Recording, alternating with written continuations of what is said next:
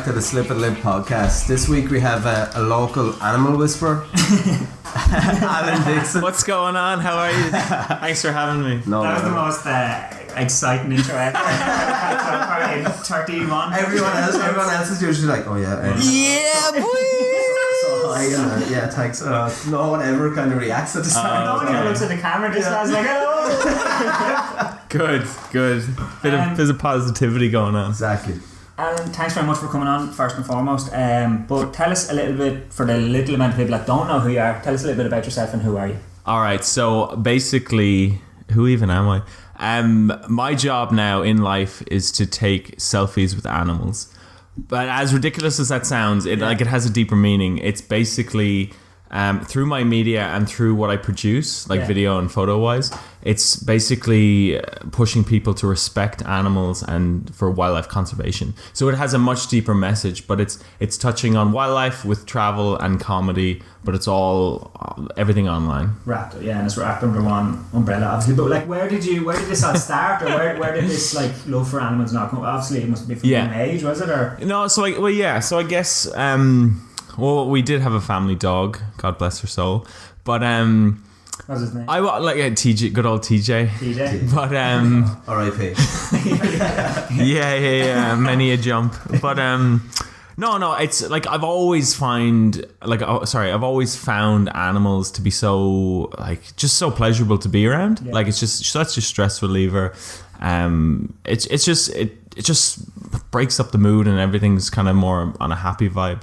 And so throughout my life, I guess, I was always into computers. So I went and studied electronic engineering, and I was doing all that. And then through parents, they were like, okay, cool, go get a real job. But throughout all that time, I was filming skateboarding because I just got my the family camera with, I think it was high 8 tapes at that time. And I was converting those tapes then to digital and then uploading that on YouTube just when it was starting out. And I always had a passion for this kind of media stuff and getting a fun, positive message out there. Yeah.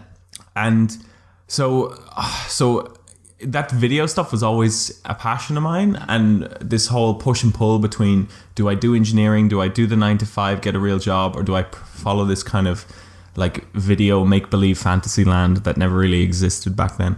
And it wasn't until, I guess, I graduated engineering, did that. And I just wasn't happy. Not at all. Just there was always this internal feeling nudging me, going, you're just not doing what you're actually passionate about. And it wasn't until one or two of my friends stopped me in my tracks and was like, Allan, what are you even doing in this office? You should be out there playing, because you're just so much more happier doing what you actually love as opposed to sitting and coding. Looking at matrix code for 14 hours a day. Yeah. But even the balls to after going through college, graduate and go, you know what, fuck it, I'm just going to do my own thing. Yeah. There was obviously, you didn't know at the very start that it would work out for you, or you would even, somewhat land on your feet, but it would have been really scary, I'd say, at the very start. Well, here's the thing, right? All this time while I was still in college, I was entering all these video competitions. I actually because I always wanted to work for myself anyway, so I was doing these startup tech companies. So I think I actually made more money through making videos and winning competitions than I did actually trying to do a real job in doing a tech startup. I was trying to make apps before apps was even a word. So it's just too premature. What would you be? Oh no, this was a video competition. I used to work Bebo the movie.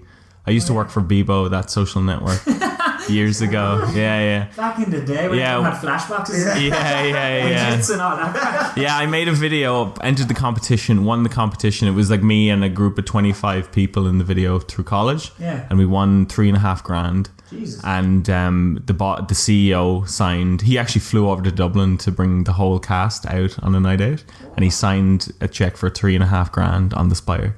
Jesus. Yeah. But that was all through a video. And then as I graduated, I had an event social network. That was my app. And that one actually, I won Student Entrepreneur of the Year that year from Enterprise Ireland.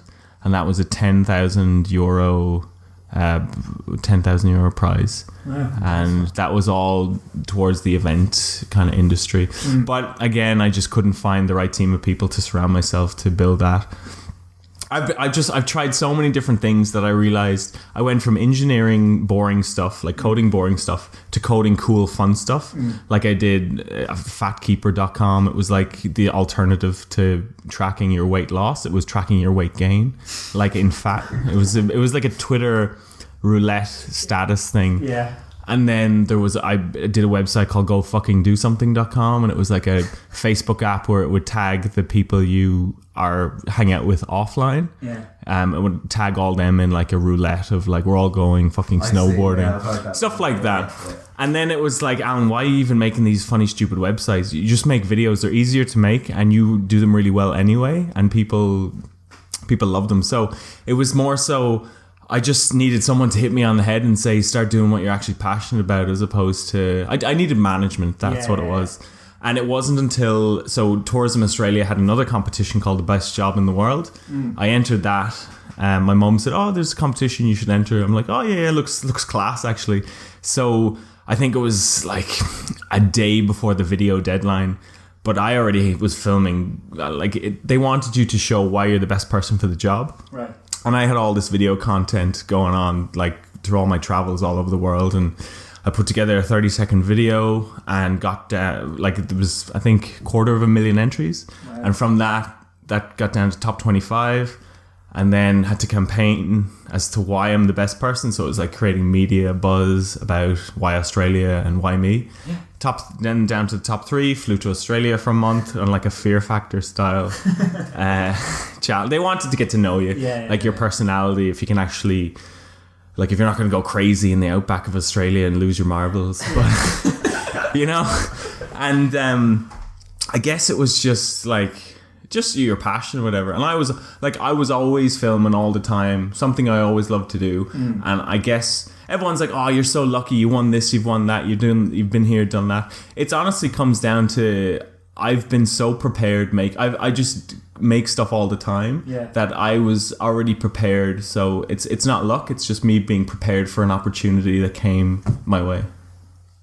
What an answer. Yeah. I thought, What an answer. me and Roy were just talking before you came up. We were like, yo, we're wrecked fucking such a week, you know. We're just, I'm not happy. I'm fucking bothered. It's not like this, and it's just like, you're coming and you're the complete counter opposite. You're like, fuck work, you know. I do my own thing. I have my own agenda, and I go when I want to go and do this, and I want to do this. You know, it's like there's no like pattern in your head of what you're going to do next. You could just like spur the moment. Sure, I'll just fuck off here for a couple of months, whatever. Like, well, actually, just there a month ago, I did a campaign in Dubai. But after that, I was like, do you know what? I think I'll go and visit 4 countries in Europe. So I went to Copenhagen, Norway, and Belarus. I just had a friend there, so it was like, oh, come to Minsk. I've never been there. Like, I'll go meet some people. It'll be great crack. It's really refreshing though. Like, you're like lifting me up, like even being there. It's more upbeat. I feel like I've known him years. But the thing is, it was just, as I travel, at least I can create a bit of content as I'm on the go. Yeah. So even though I'm on a holiday, I can still actually make something cool and make it worthwhile. So would you video every day? No, not every day. It's more so, here's the thing, right? As you're starting out, you're probably going to film absolutely everything, because right then you don't even know what you're going to produce out of it. And as you just get used to all that filming and techniques and angles and stuff, you kind of get to know, you're like, oh, so I just need to film this scene, this scene, this scene. You can kind of now I just make it up in my head. I can actually see the video in my head and the scene cuts and angle changes. So it's pretty easy for me now. Nice one. Yeah. But that comes through making like hundreds of videos. Yeah. So at the start it was like you were just filming everything, like. You pretty much film everything, but also you're looking up YouTube tutorials and looking up other videos as to how they made it. Yeah. And even with the animals, so like you started out with skateboarding and all like that. Where did the animals come in then? I know you had the passion for it. Where was it? Right, so here's what happened, right? While I was in Australia for those 6 months, well, I was there for a year, but I was constantly traveling all over the country, mostly the NT to start with. But I was in Queensland, like the desert, and then like in Tasmania, all over the place. It was just that on those tours with operators or with tourism boards, I just encounter so many animals all the time that it's like I'm taking pictures anyway because my job was to showcase how awesome the country was. Yeah. So I'm taking pictures of them. They're usually coming too close, and I just flipped the camera around and took a selfie instead because they wouldn't fit in the lens. And I guess I uploaded a picture of that, and then 3 weeks later I uploaded another one. And people's reactions every time was like, "Oh, that's hilarious! I love it. Yeah. I want to see another one?" And it was a slow snowball, and it just kept on growing up until a point where I had like just a massive collection. I think I had about 50 or 60 animal selfies as a collection, but I had never seen them as a collection. Oh yeah. And it wasn't until one of my friends who he's a journalist, he works at RT.com in Dublin, and he was like, "Oh, they're class. You should just." Like, actually, Ellen had a tweet being like, "Hey, send us your animal selfies." And but she ignored that tweet, even though it was the best thing ever. And then a month later, my friend did the article, and then from that, it kind of like that was one of their most popular articles on RT at the time. And then that just, like, all the other journalists saw that article, and then it kind of snowballed through there. Yeah. So it was more so just having the content, getting that one little push. And then it was something that no one had ever done before, and it was so unique, and it just had good. Like, I was literally taking selfies with a $4,000 camera because it's like a Canon, like basically nearly a paparazzi camera with a wide-angle lens, but no one else is doing that. So, that's like one of the cool things on your Instagram. It's like hashtag Daxon, or wasn't it hashtag Daxon's Instagram selfies or something? Yeah, I guess it was more so I just needed to put a collection of them together, so you could just click and see them all at once anyway. Yeah. But that's another thing. It's like you kind of started something, so you're starting a movement, and unfortunately that hashtag was kind of just more a self-indulging hashtag than like a generic animal selfie hashtag, which then obviously is now gone trending as well. So it once all those media articles hit, like animal selfies went up in production by like 300% in the last few years. Definitely, you're the one that started. No, but I've never seen it before that. Like so. Yeah, no, I did. I think I started the animal selfie trend. Like even with the amount of animals that you took selfies with, you must have ridiculous stories that was like, say you got in and it just flipped out when it seen you getting so close, or ran away. You're like, there's loads of random stories over the years, but it's more so I'd say the worst has been like, as gentle as they are, it's just an alpaca, and when they're a bit aggravated, because they have 4 stomachs, so they regurgitate their food and then they're chewing it in their mouth. And if they're pissed off, they'll just sneeze in your face, and it stinks like shit. It was the worst thing ever. Yeah, terrible. But like, you obviously passion for animals and you love animals. Is there any animals that you're absolutely terrified of that you wouldn't? Here, I actually just want to go back and finish off the question about the direction. So basically, it was as if. Because I was in Australia and because I was always encountering animals, I think you start becoming, you become what you surrounded yourself by. And I was just always putting up these photos, and it was because the media had written stories about me, and then I think they even like somewhere along the lines, I literally became a fact. Like Alan can whisper to animals and stuff like that. So like it was super cool. I was delighted, but I would spend all of my time and trying to capture like a really cool photo. So it's again the patience with the animal, and I don't know. It was just the response that I was getting back. Like you see, animals is an easy topic online on the internet because you just record something with a fluffy animal and it blows up and goes viral. But it was more so. Now I've been making and pushing it in like a deeper angle of, because I've got this audience now, it's cool that you can then push the message of wildlife conservation and teach people new things and at least raise awareness to new issues. All from your platform that you've created over, Yeah, well, I'm leveraging Instagram now, but like hopefully that's still alive for the next while. Can't see it going anywhere, to be honest. Oh no, well, we'll see, who knows. What's the next big thing? Yeah. There's always something next. Yeah, but like, over 500,000 Instagram followers, like that's absolutely crazy. Unbelievable. You must be so proud. And when did it really start going? Vroom? Like, when did the followers really? Well, when that story went viral, Instagram posted it on that @Instagram account, and I think it got like 1.5 million likes. Wow. That one photo, and then that day I got 150,000 followers. So it's like I'm the complete opposite of those bots and stuff like that. Yeah. Like, so it's honestly, all I do is make videos, and that's all I spend all of my time doing. Yeah. And I hear all these stories of like people being in like comment pods and buying bots and followers and all this stuff. Just make awesome stuff, tell a great story, and the people in your audience who are like-minded they'll find you and follow you. Like, one of the things I love about you as well and your page is, like, you see on one of the first things when you go on to Allan's Instagram page is Animal Whisperer. You don't see there's no shit talk, like there's no, you see some people and they have like 2,000 followers and they're like public figure. I was like, what? It's like, how? Like, stop trying to be this fake, because you are obviously a little bit famous, but I don't think do you really want to be famous? Like, other people are dying for fame, but like you're not, and you kind of have this little bit of it's just funny to see like compared to like your like the only like you just have said the Animal Whisperer, where there's other people like do you know what I mean? Follow me, I'm a public figure. It's more so if you're trying to follow if you're in it for the money, you're like, it's just that you're just not gonna you're always gonna be seeking and money hungry as opposed to passion hungry. So I was always in it for the passion anyway, and it wasn't animals to begin with. It was all adventure, nature and travel, which is what I loved anyway. And I guess through every time I'm posting and the stories that I was creating and making, you kind of carve a journey or a path through what you create anyway. And I was seeing that people were really overwhelmed and emotionally strung by the animal stuff I was making.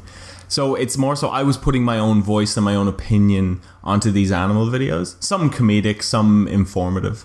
And people just really loved them. So I was like, right, I'll just hyper-focus my content. Because right now, there is 1 million people out there. If you do fashion, gym, health, all that stuff, the market is saturated. There's 1 million people doing the exact same thing that you're doing. And if you're not like niching yourself or being different to stand out or something like that, and I guess it's not that you to be different to stand out. It's more so your own unique style, I guess. And this is my unique style of what I do and what I like to make. And I guess people kind of, it resonated with them. But like it's so natural. Like there's no agenda or there's no fake. You know what I mean? Like it's you couldn't fucking fake this. No, like, no. Even your stories where you're like, you know, say you're videoing yourself just walking around on your actual stories. Oh, Instagram stories, yeah. It's like, it's just, I'm just having a right crack today. I'm just like, just having a right crack all the time. Like I've never met someone so happy all the time. Like all your videos are just. Apart from Conor Byrne. Oh yeah, Conor he Byrne, was the happiest guy, and he's big into the gym and stuff like that. He's fitness instructor and a PT and stuff, and he's just like, well lads, guys, I love life. I just so happy. Like if we got used to together, he used to just leave us in the room together and just turn on the camera. Alright, I should say hi to him. Yeah, no, it's like, I guess it's more so, it's so cool when you kind of get the feedback of people that are like, oh, I saw I saw this video and you made me smile today, or you made my week. It's awesome. And that's the kind of stuff that like feeds me again. Yeah. So it'll keep me progressing and knowing that it's like, wow, I'm making people's days through what I do naturally. Yeah. Something like that. So it's pretty crazy. But it is like, say you're watching it and say you're just like, oh, I'm just fed up. I'm on lunch. No, sometimes I'm fed. Like sometimes I am actually like. It never comes across. I'm very tired. It never comes. Well, maybe I should just be like. But that's the thing. Well, yeah. If like there was at one point, not on Instagram though, but it was on YouTube. It's there. There was I think at one point in New Zealand, just things weren't going right, and my van broke down, and I literally was broke. So with like I think 400,000 followers, and I'm broke because I guess I'm not selling to these like watch companies and sock companies and detox tea things and all that random. It's just not me. So I would actually rather not starve, but like you're not like, please don't starve yourself. This zebra is brought to you by, you know. Yeah. No, I was going through a rough time, and I started a whole Patreon where I was asking people like to fund me, because there's no money in wildlife. There really isn't. It's unless you, there's too much money actually goes into, like, you need to feed them and care for them and take care of them, and I'm just this like add-on extra of like a camera person, like interacting with them. So there's no money left for me. so you guys like a cup of tea and a sandwich and if even. But it's, yeah, I guess I've eventually carved my way and survived through image licensing and a few sponsored things here and there. But I'm very selective as to what I would endorse or what I want to showcase, because a lot of the things that are out there I just don't believe in, or I don't follow suit with, so I just don't associate myself with it. Yeah, you wouldn't just sell your soul, like. No, I'm not. Like, I'm just not keen on that at all. In the long run, I'm always thinking long run as opposed to these like short term blips that would probably actually upset more people than. Yeah, like I'm sure, like, say the phone you built. So now you just start all of a sudden going every video you're kicking in. Well, how's it going? I'm with this, but you know what you should do? You should go and buy this. It's quite nice. You should buy this, right?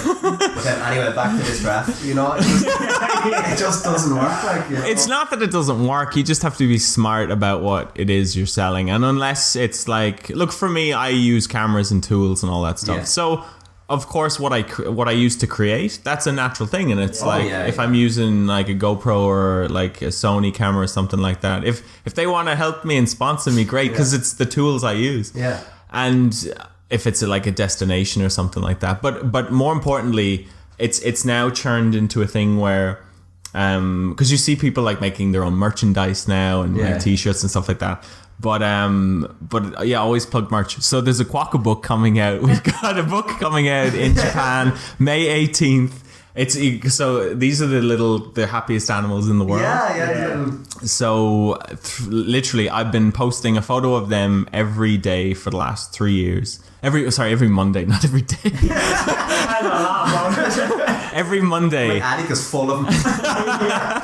Yeah, everywhere. The photo of this quokka every day, every Monday for 3 years. And so the tourism board has caught on to that kind of movement. And then I tried to crowdfund a book, like to do a bulk publishing thing. And then eventually, well, they ended up not being successful. But, pardon me, eventually a woman in Japan was like, Allan, I've seen your work. I've seen what you're doing. I've seen your campaigns. I love how you make these videos. I love kind of your personality and your vibe. I want to invest in you. And I see you're trying to make a book. Let's make it happen. I'll fund the whole thing and we'll market it to Japan. And so I've got I'll help you out. For the Japanese, we've got 2 writers. I've got a designer on board and a publishing house ready to go. Nice. So I had to take all the photos, and which is such a hard job. Take all new photos, and then also do kind of a behind the scenes video mini documentary thing as well. So it's as if instead of me going and selling these watches, it's like I'm trying to build a movement and share a positive vibe, but have the animals as that, because animals in comedy are such a vehicle for happiness, and that's what I'm all about anyway. So I was like, how is the easiest way to kind of pinpoint this emotions into people? Yeah.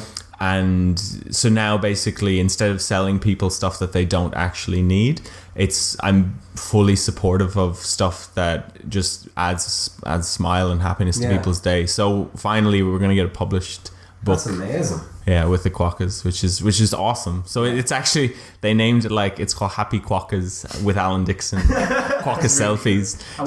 When is it out? Did you say? May 18th. So I think it'll be available on Amazon. That's so cool. Yeah, but I think it's 50% Japanese, 50% English. So you could learn a little bit of Japanese. there you go. There's always a plus. Learn the Japanese Allan Dixon. No, but like you can actually go to the whole. But you don't even need to learn any. You don't even need to be able to read. It's an awesome book. Yeah. It's a photo book basically exactly, it's not that much text anyway, but it's awesome. It looks cool. That's really cool.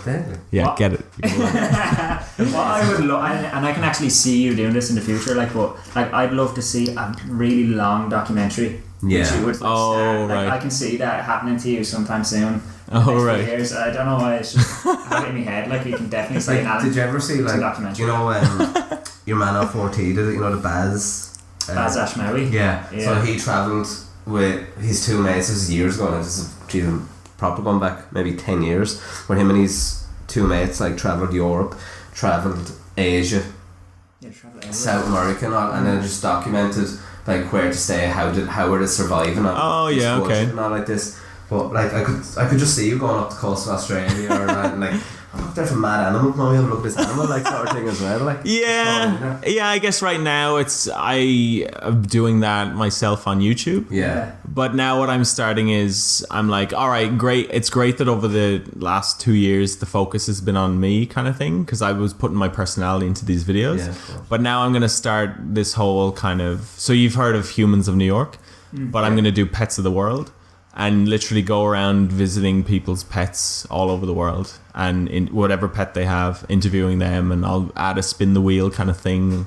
And I like it's like all the most maddest pets that are not maddest, normal, whatever. Everyone has a unique story, but it's more so it gets you out, gets you about, and like you're actually highlighting the achievement of someone else and some other loving character that has like brought an animal into their family, which is awesome. That's it, deadly. I have a dog out there, right? Oh my god, listen, Sam, poor old Sam. I think because it was my nanny's dog. My nanny passed away, so we took Sam and looked after him, and he was still here, obviously. But Sam was adopted, and we think that something happened like bad to Sam, like so, because he won't let you pick him up. He snaps at you and stuff. Now we look after him really, really well. We treat him like he should be treated, but. He just isn't he? He's just really angry. I walked up to it today, and you know the turn in. I didn't even make the turn, and he would start barking at the top of the road. Yeah. Oh yeah. There, and then I came to the gate, and he was just snapping at the handle. You have to go. And I was like, I knew he wasn't going to bite me. And anyone that's even been on the podcast, did you stand at the gate go, "What's crack with that dog? Like, is that alright? It's a bit of a mad dog." He's like, "Oh, he won't like it. It's grand." So if you have any secrets or anything you want to share, or I think he's just past it now. No, you can always teach an old dog new tricks. With dogs and tricks though, it all comes down to it's food and clicker training. Clicker training, what's that? Yeah, it's about basically it's like a sound notification because it's like a click. Right. But the whole point is once you get them to do that one little thing, they hear a click and then they get food. Oh, yeah. And that's how you can teach cats to do tricks, and not tricks per se, but as long as you can get them to do stuff. Like it's basically a reward learning device. Instead of you saying, "Oh, good dog," they don't get food after that. Oh, yeah. But a click is so unique, and so you need it like a tool to do it. Yeah, I won't get you that for your birthday. Like it's a little keyring accessory. Yeah, that's really cool. That's really neat. There's a new hobby for you. Just kind of clicking it. I expect Sam 6 months he's going to be doing dishes and all. That's really cool. But where do you? I always ask people this, and they always kind of go, "Oh, I don't know." Where do you see yourself in a year's time, 2 years' time, 5 years' time? I know you probably don't like looking at it. I know you kind of. No, it's fine. I'm gonna now follow suit more on because video, like it's honestly videos it's where it's going and where it's at, and I've actually been on YouTube 11 years. Wow. It's just that I've never. Only recently, probably in the last year, I've never fine-tuned, focused myself. I've never been managed either. I'm wanting to do because of people's, I don't know how glued in we are on phones and screens all the time. It's honestly in that documentation process of media and like either writing or video, photos and stuff like that. But number one thing, just go the video route to straight off. And whatever it is that you want to do, let's say you're just mad into making jewelry, or you're mad into like diets and gym and smoothies and stuff like that. You literally need to become the media company for what it is that you love. So you need to become a media jewelry maker, or like in my case, a media animal conservation, animal whisperer guy.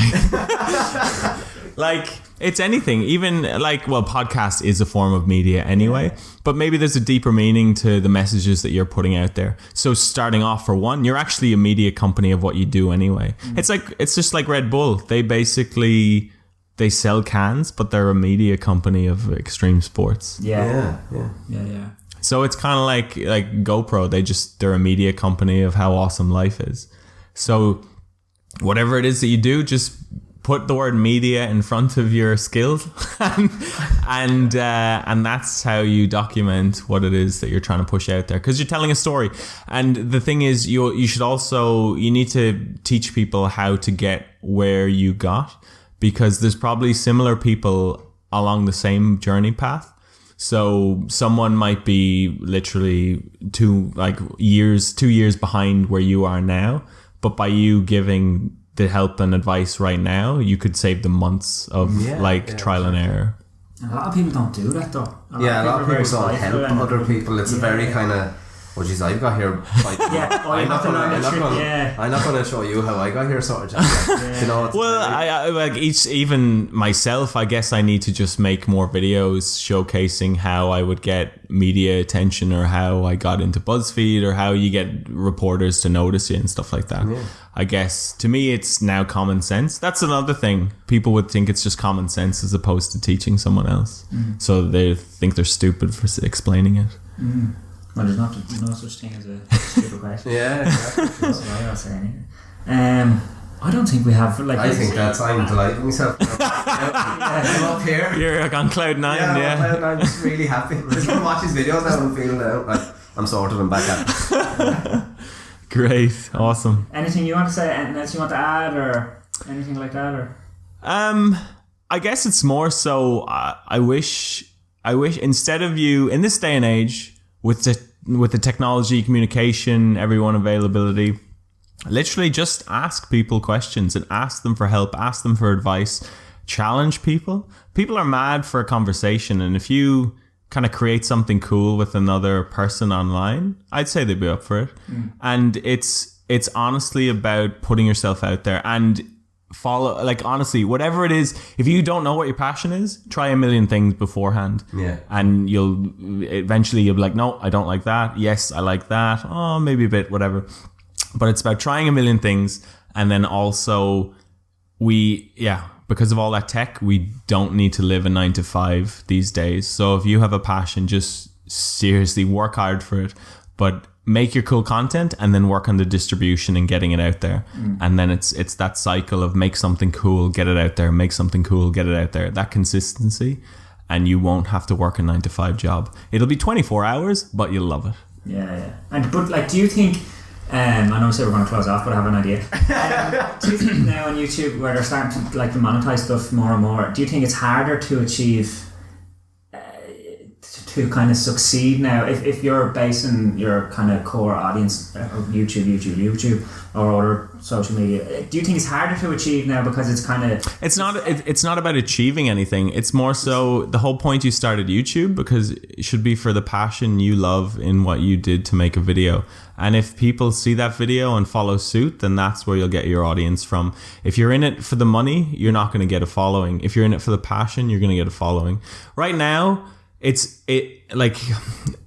not hard, because you could still do your passion, get millions of views, make no money, but that doesn't matter, because the media will see what you're doing, and then you'll reach a higher level, and then TV, and then you show. It doesn't matter where you go. Start off, do it, and you'll get attention. Nice one. I'm